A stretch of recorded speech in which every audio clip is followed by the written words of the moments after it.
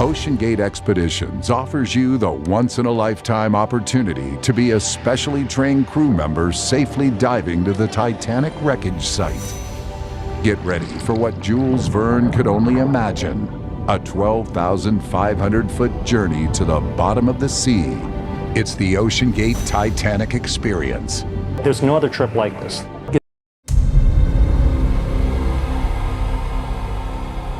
It's tougher to go to the bottom of the ocean than it is to the far side of the moon.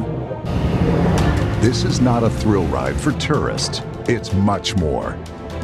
It is an 8-day, one-of-a-kind experience. You will be trained as a mission specialist and record valuable findings. This is not tourism. You're contributing. It's not a ride at Disney, you know. There's a lot of real risk involved.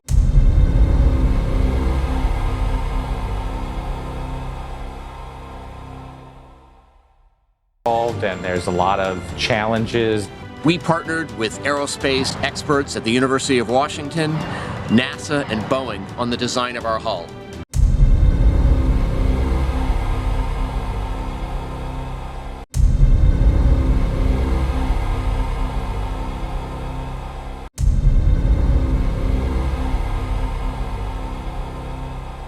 Every time you take to the sea, you know, there's so many things that have to go right.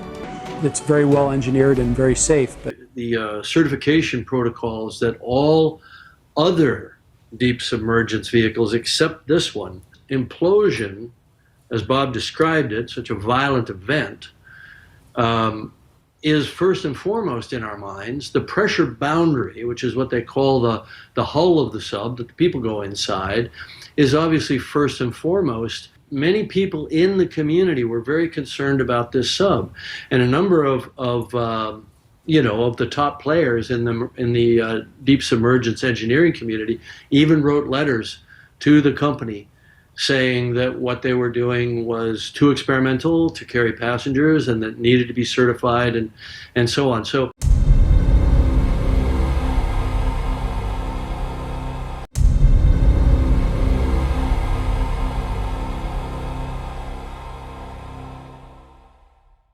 This sub had no backup.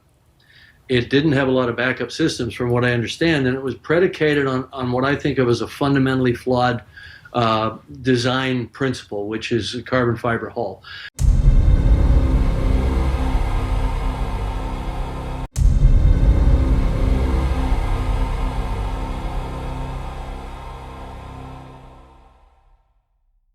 The communication is really key, I think, knowing that they never lost communication.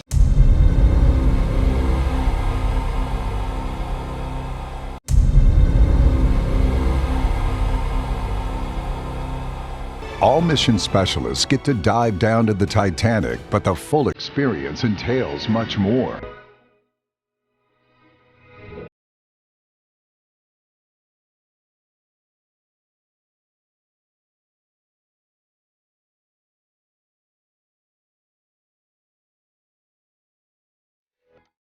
This afternoon at 3 p.m. Eastern, we got the news everyone was dreading. In consultation with experts from within the Unified Command, the debris is consistent with the catastrophic loss of the pressure chamber. It is now believed the Titan was destroyed. Here's how it happened.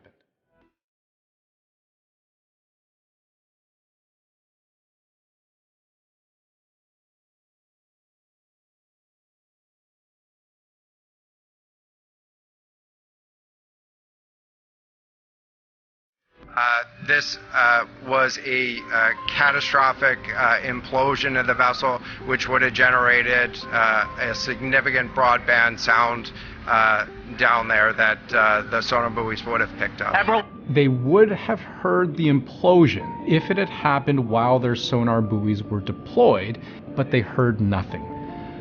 I mention this because it tells us something about what the crew's final moments might have been like. You see, the great fear here was that death would have been slow and unbearable. Imagine, you're trapped all alone in a 22-foot hunk of carbon fiber. It's cold because sunlight can't penetrate the water. There's limited food, limited water to drink, only a single porthole that you can't even look through without powering the ship's lights because it's pitch black on the other side, and you're running out of oxygen.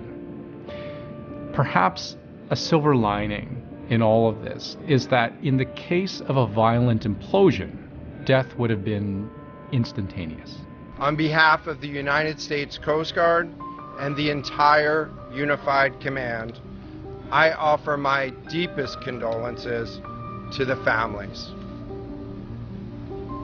I can only imagine what this has been like for them, and I hope that this discovery provides some solace during this difficult time. On board the Titan, Hamish Harding, a British billionaire explorer, Paul-Henri Nargeolet, a renowned French diver, Shahzada Dawood and his son Suleiman, two members of one of Pakistan's wealthiest families, and Stockton Rush, the CEO of Oceangate Expeditions, the company behind this doomed voyage, finding its final resting place not far from where the Titanic itself sank more than 100 years ago.